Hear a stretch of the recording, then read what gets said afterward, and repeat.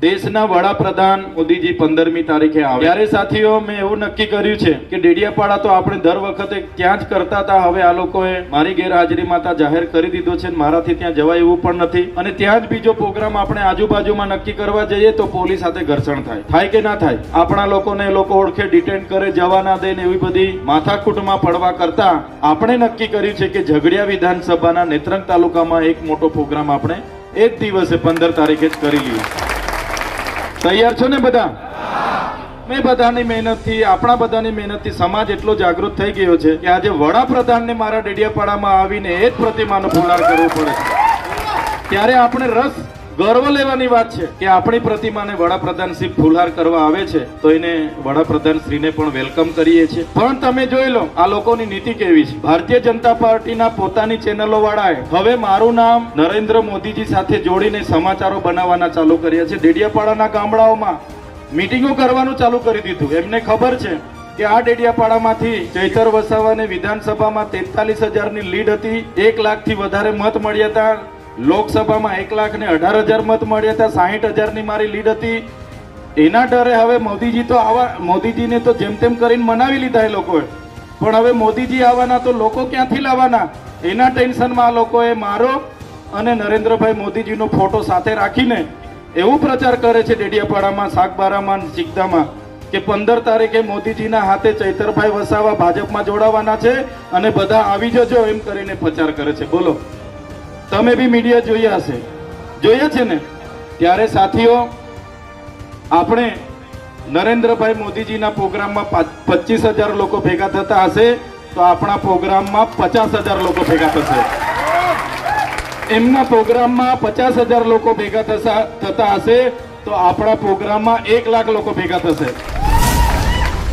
અને તમને તો ખબર છે વડાપ્રધાનનો કાર્યક્રમ હોય કેવડિયામાં થાય એટલે 5,000 તો પોલીસ જ આવે છે કે નથી આવતી? તલાટીઓ, ગ્રામ સેવકો, આશા વર્કરો, આંગણવાડીઓ, સખી મંડળો, મનરેગા વાળા, આવાસ વાળા, જંગલ ખાતા વાળા એ બીજા 5,000 આવી જાય છે. ને એમના કાર્યકરો આજુબાજુ આખા રાજ્યમાંથી 5,000 આવશે ને બીજા કદાચ આમ તેમ કદાચ કોઈને રોજ આપીશું, બસમાં બેસી જજો, મારી શરમ લાગજો, બસ ખાલી નહીં જવી જોઈએ એમ કરીને હાથ જોડીને કદાચ બસોમાં ભરીને લાવે તો થોડા ઘણા લોકો જશે. પણ જે પ્રકારની એમની નીતિ છે એમનો મારે કોઈ વ્યક્તિગત કોઈ પાર્ટી સાથે કે કોઈ વ્યક્તિ સાથે વિરોધ નથી. પણ જે પ્રકારે આઝાદી પછી આદિવાસીઓનો ઉપયોગ થયો છે મારે એનો વિરોધ. જે પ્રકારે નવા પ્રોજેક્ટોમાં આપણે હર હંમેશ જમીનો આપી છે, ડેમો માટે આપણે જમીનો આપી છે, જીઆઈડીસીઓ માટે આપણા પરથી જમીનો છીનવાઈ છે, જીએમડીસીમાં આપણી જમીનો છીનવાઈ છે, કોરિડોરમાં આપણી જમીનો છીનવાઈ ગઈ છે. બધી જ જગ્યાએ આપણું યોગદાન લઈ અને જ્યારે આપણા વિકાસની વાતો આવે ત્યારે એ લોકો જે અનદેખી કરે છે એનો હું વિરોધી છું. ઊંચી પ્રતિમાઓ કેવડિયામાં બનાવી દેવાથી, મોટા બિલ્ડિંગો બનાવી દેવાથી, ઊંચા આવાસો બનાવી દેવાથી, મોટા ડેમો બનાવી દેવાથી આપણો બધાનો વિકાસ નથી થવાનો.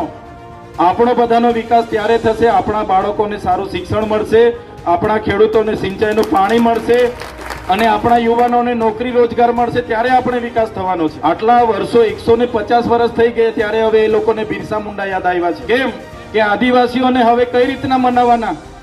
એટલે એ લોકોએ આજેથી રથયાત્રાઓ ગામડે ચાલુ કરી છે. એમના સાંસદો અને ધારાસભ્ય રથયાત્રા લઈને ફરે છે.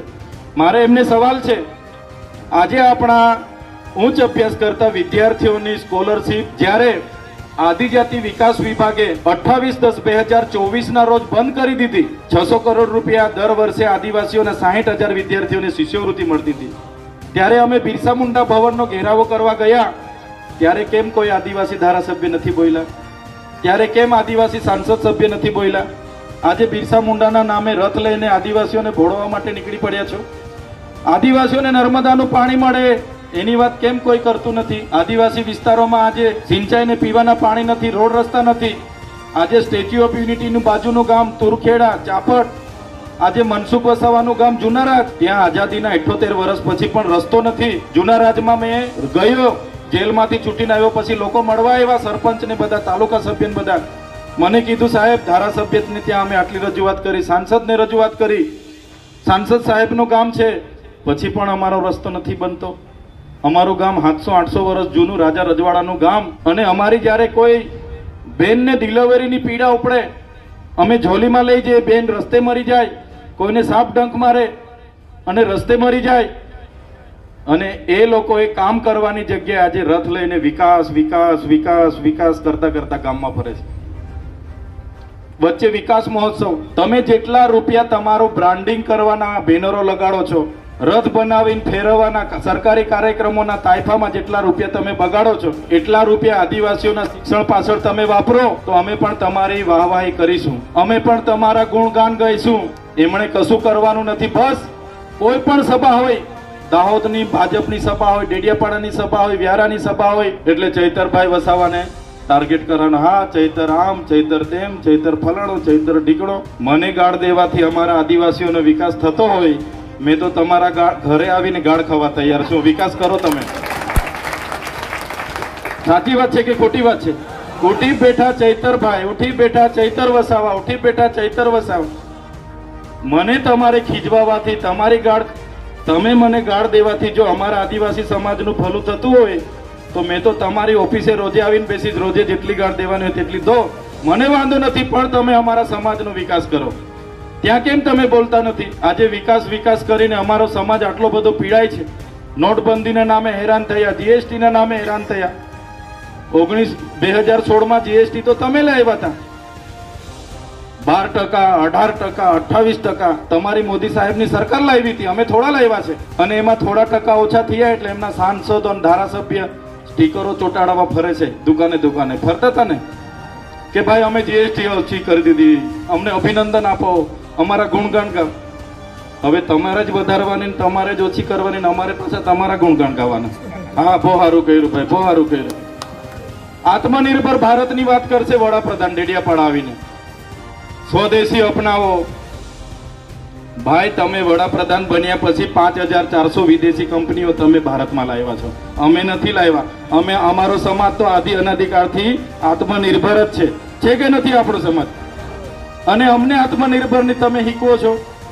તમારું બધું ફંડ તો વિદેશી કંપનીઓ વાળા આપે છે. તમે આવ્યા પછી 5400 વિદેશી કંપનીઓ આવી છે. આપણને શીખવે સૂત્રો તો એવા સરસ આપે કે એક પેડ માં કે નામ. આપણને એવું કહે કે તમે એક પેડ માં કે નામ રોપો, અને આખું જંગલ અદાણીઓને એ લોકો આપે. આ જીએમડીસી માં જમીન કોને આપી છે? ટોરેન્ટોને આપી છે. રિલાયન્સની ટોરેન્ટોનું એમઓયુ થયું છે. અદાણીને અંબાણીને આપી દેવાનું, ને આપણને એક પેડ માં કે નામ.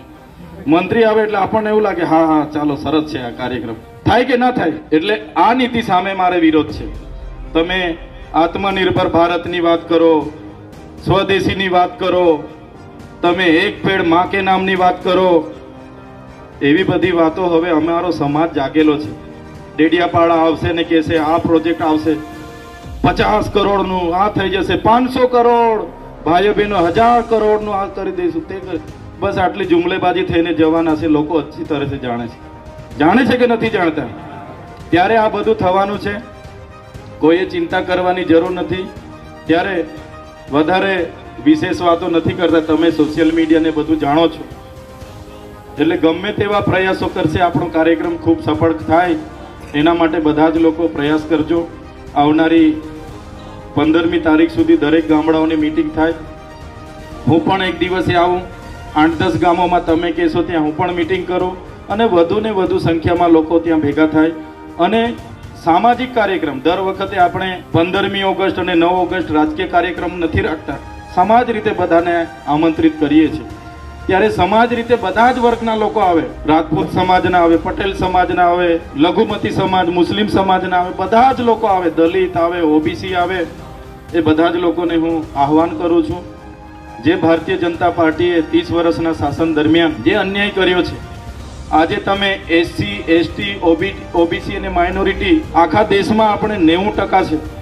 ગુજરાતમાં આપણે 90% છે. તમે આજે હાઈકોર્ટમાં જજો, એસસી, એસટી, ઓબીસી ના કેટલા ટકા જજ. આજે તમે સચિવાલયમાં જજો, એસસી, એસટી, ઓબીસી ના 90% સચિવો છે.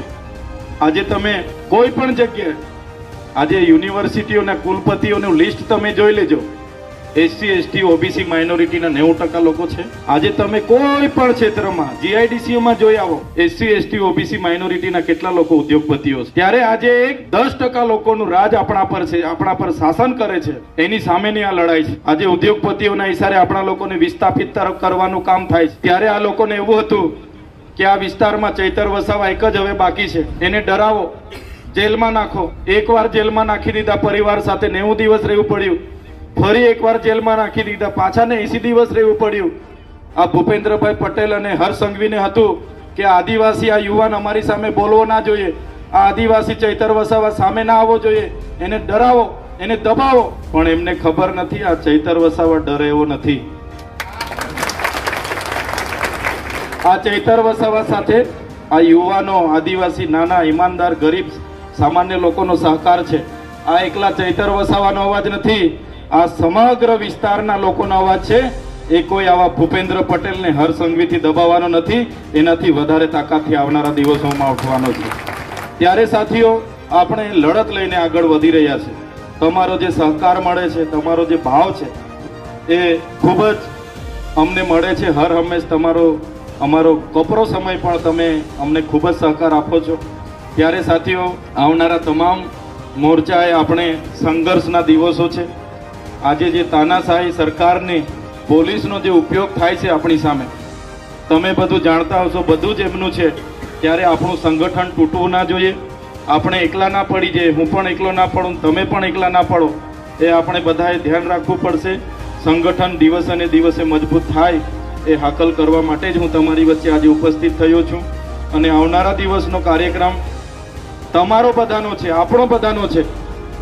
એમ કરીને દરેક ગામોમાં જવાનું છે. બધાને જ, વાહનોવાળાને બી કહેવાનું છે કે ભાઈ 15 તારીખે કોઈ જગ્યાએ જવાનું નથી, આપણા લોકોને લઈને નેત્રંગ જવાનું છે.